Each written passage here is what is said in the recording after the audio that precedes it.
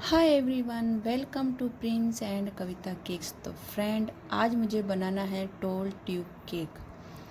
तो कैसे मैंने इसे बनाया, इसे मैंने 2 बार बेक किया स्क्वायर फॉर्म में। और मेरे पास ऐसा बोर्ड भी नहीं था, वो भी मैंने घर पे ही बनाया।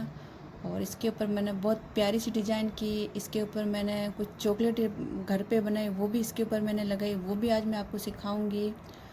और अगर आपके पास भी इतना बड़ा केक का ऑर्डर आए तो आप उसे कैसे बनाओगे, किस तरह आप उसको एडजस्ट करोगे, कैसे उसकी फिनिशिंग दोगे, और ये सब कुछ आज इस वीडियो में आपको बताऊंगी। तो बहुत सी यूज़फुल सी ये वीडियो होने वाली है। तो फिर चलिए शुरू करते हैं। तो इसके लिए सबसे पहले मैंने ये स्क्वायर का मोल्ड लिया है और अच्छे से मैं इसको ऑयल ग्रीस किया और इसके अंदर मैंने ये बटर पेपर लगा दिया। अब बटर पेपर लगा के और इसको फिर से मैंने ऑयल से ग्रीस किया। अब मैंने एक बाउल लिया है और बाउल में मैं 2 कप प्रीमिक्स भर के डालूँगी। ये टोपोलाइट का प्रीमिक्स है। अब मैं इसे फर्स्ट बार इसका बैटर बना रही हूँ और दूसरी बार अलग इसका बैटर बनाऊँगी, क्योंकि मेरे पास इतना बड़ा मोल्ड नहीं है कि मैं 2 kg का साथ में बनाऊँ।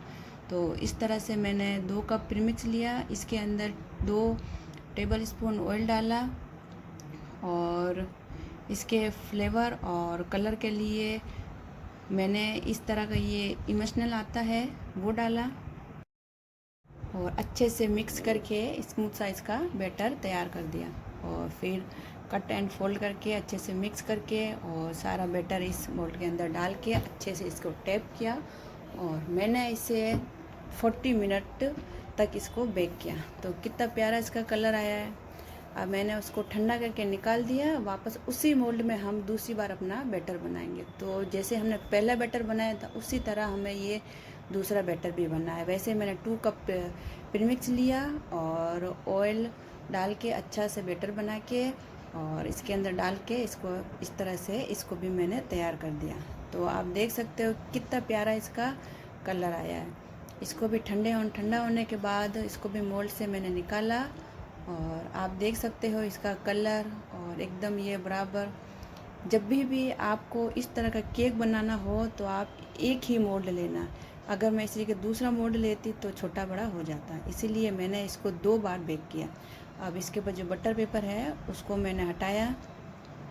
तो मेरे पास इतना बड़ा केक बोर्ड नहीं था। मैंने क्या किया, घर पे ही जो ये बोर्ड आते हैं ना कार्टून, उससे से मैंने काट के और घर पे मैंने इसका बोर्ड तैयार किया। अब मैंने क्या किया, चाकू से पहले मैंने चारों तरफ इसके निशान लगा दिए और फिर बीच में धागे को फंसा के और इसको मैं ज़ोर से खींचा। तो इस तरह से ये हमारी ब्रेड हो गई कटिंग। तो आप देख सकते हो बिल्कुल एकदम बराबर ये ब्रेड कटिंग हुई है। तो आप भी अगर इस तरह कोई बड़ा ऑर्डर हो तो आप इस तरह से धागे से ही काटना। तो जैसे हमने पहली ब्रेड काटी उसी तरह हम इसकी भी कटिंग करेंगे। तो इसको भी मैंने चारों तरफ से पहले वो चाकू से निशान लगा लिया और फिर इस तरह से बीच में से मैंने इसको फंसा के और इस तरह से चारों तरफ फंसा के फिर इससे मैं ऐसे खींचूँगी और इस तरह से हमारी चारों लेयर कट हो गई। मैंने एक ब्रेड में 2 लेयर कटी, यानी कि दो उसमें, तो इस तरह से 4 लेयर कट हो गई। और अब मैंने ये केक बोर्ड लिया। तो फ्रेंड, केक बोर्ड बहुत बड़ा था, टर्न टेबल भी छोटा पड़ा था, फिर भी मैंने इसे कैसे एडजस्ट किया तो अब आप आगे देखना। अब मैंने एक थोड़ा सा कटोरी में मैंने ये पाइनएप्पल का क्रश डाला और उसके अंदर मैंने पानी डाला अच्छे से मिक्स करके। और अब मैं इसको ब्रेड को सोक करूँगी। तो अच्छे से मैंने इसको सोक किया और अब इसके ऊपर मैं क्रीम अप्लाई करूँगी। तो फ्रेंड, जिनका ये ऑर्डर था उन्होंने मुझे क्रीम बहुत कम लगाने को बोला था। तो मैंने जितनी हो कोशिश इसके ऊपर क्रीम बहुत कम लगाई है, क्योंकि कस्टमर की यही डिमांड थी। तो इसलिए मैंने इसके बहुत कम क्रीम लगाई। तो इस तरह से मैंने क्रीम अप्लाई करके फिर इसके ऊपर मैंने पाइनएप्पल क्रश डाला। अब इसके ऊपर मैंने ये दूसरी लेयर रखी और इसको भी मैं अच्छे से पहले तो इसको ऐसे सेट करूँगी। सेट करके फिर इसको भी मैंने इस तरह से सोक किया, क्रीम अप्लाई की। इस तरह से मैंने पहली, दूसरी और ये तीसरी लेयर रखी। इसको भी मैंने क्रीम लगाई और ऊपर इस तरह से क्रश डाल दिया। क्रश हमें अच्छे से डालना, यानी कि थोड़ा सा ज़्यादा डालना ताकि इसका हमें स्वाद आ सके। तो इस तरह से मैंने ये चौथी लेयर रखी। तो आप देख सकते हो चारों लेयर एकदम बराबर है। तो जब भी आप ऐसा केक बनाओ तो मोल्ड का खास ध्यान रखना ताकि हमारी ब्रेड एकदम बराबर रहे। तो इस तरह से मैंने इसकी क्रम कोट की, नीचे से ऊपर से क्रीम लगाई और अब मैं पत्ती से इसको बराबर करूँगी। जहाँ जहाँ थोड़ी सी मुझे क्रीम कम लगी वहाँ पे मैंने वापस लगाई। मैंने जितना हो सके कोशिश इसके ऊपर बहुत कम क्रीम लगाई, क्योंकि ऊपर फिनिशिंग के लिए मुझे क्रीम लगानी। तो इस तरह से मैंने इसे 15 मिनट फ्रिज में सेट होने के लिए रखा। और मुझे इसे वाइट ही बनाना था तो मैंने इसमें कोई कलर ऐड नहीं किया। वाइट क्रीम पाइपिंग बैग में भरी और चारों तरफ से मैंने इसके ऊपर क्रीम अप्लाई की। तो क्रीम मैंने इसके ऊपर बहुत कम लगाई है और जैसे भी है इसे मैंने एडजस्ट किया। तो थोड़ी थोड़ी क्रीम लगाती गई और इसकी मैं इस तरह से फिनिशिंग, तो इस तरह से मैंने इसकी फिनिशिंग दी। और अब मैं फिर से पत्ती ली और ये जो साइड में कॉर्नर है ना, साइड में कॉर्नर्स में इसको बराबर करने की कोशिश कर रही हूँ। तो इस तरह से धीरे धीरे हाथ से मैंने इसकी फिनिशिंग देने की कोशिश करी। ये एक्सरे की शीट है और एक्सरे की शीट से अब मैं इसकी फिनिशिंग दे रही हूँ बिल्कुल धीरे हाथों से। तो इस तरह से मैंने इसकी फिनिशिंग दी। अब मेरे पास ये जिग जैब वाला स्क्रब है जिससे मैं इसके नीचे से इस तरह की डिजाइन दी। अब मैंने थोड़ी सी क्रीम ली और उसके अंदर मैंने थोड़ा सा पर्पल कलर ऐड किया। और ये फ्लावर की नोजल है, ये नूर की नंबर 2 है।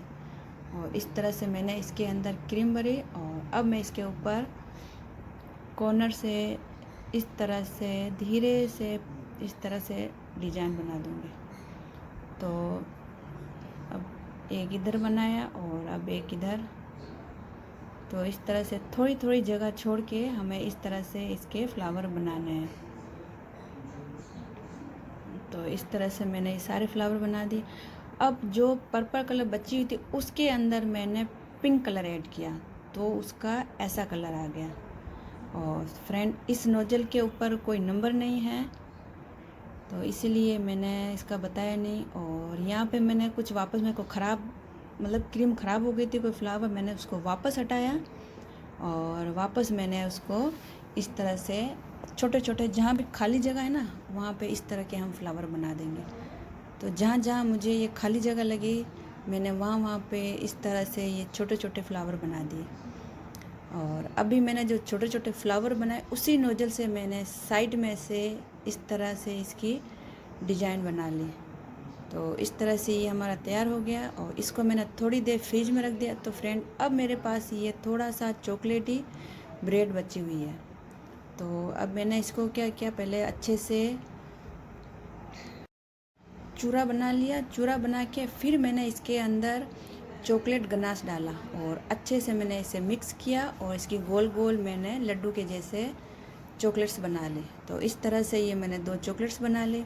अब मैंने क्या किया, जो चॉकलेट गनाश था उसको मैंने मेल्ट किया, चॉकलेट था ना चॉकलेट को मैंने मेल्ट किया और इस तरह से मेल्ट करके जो मैंने वो बॉल बनाए थे चॉकलेट वो मैंने इसके अंदर डुबो दिए। तो इस तरह से ये हमारी चॉकलेट हो गई रेडी।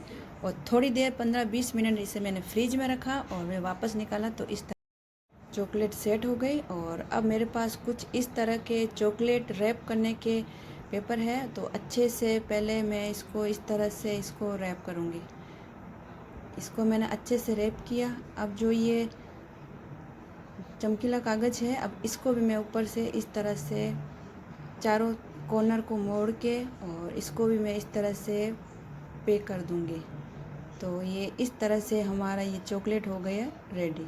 तो इस तरह से मैंने इस चॉकलेट को बनाई और हल्के हाथ से दबा के इसको मैंने रैप किया।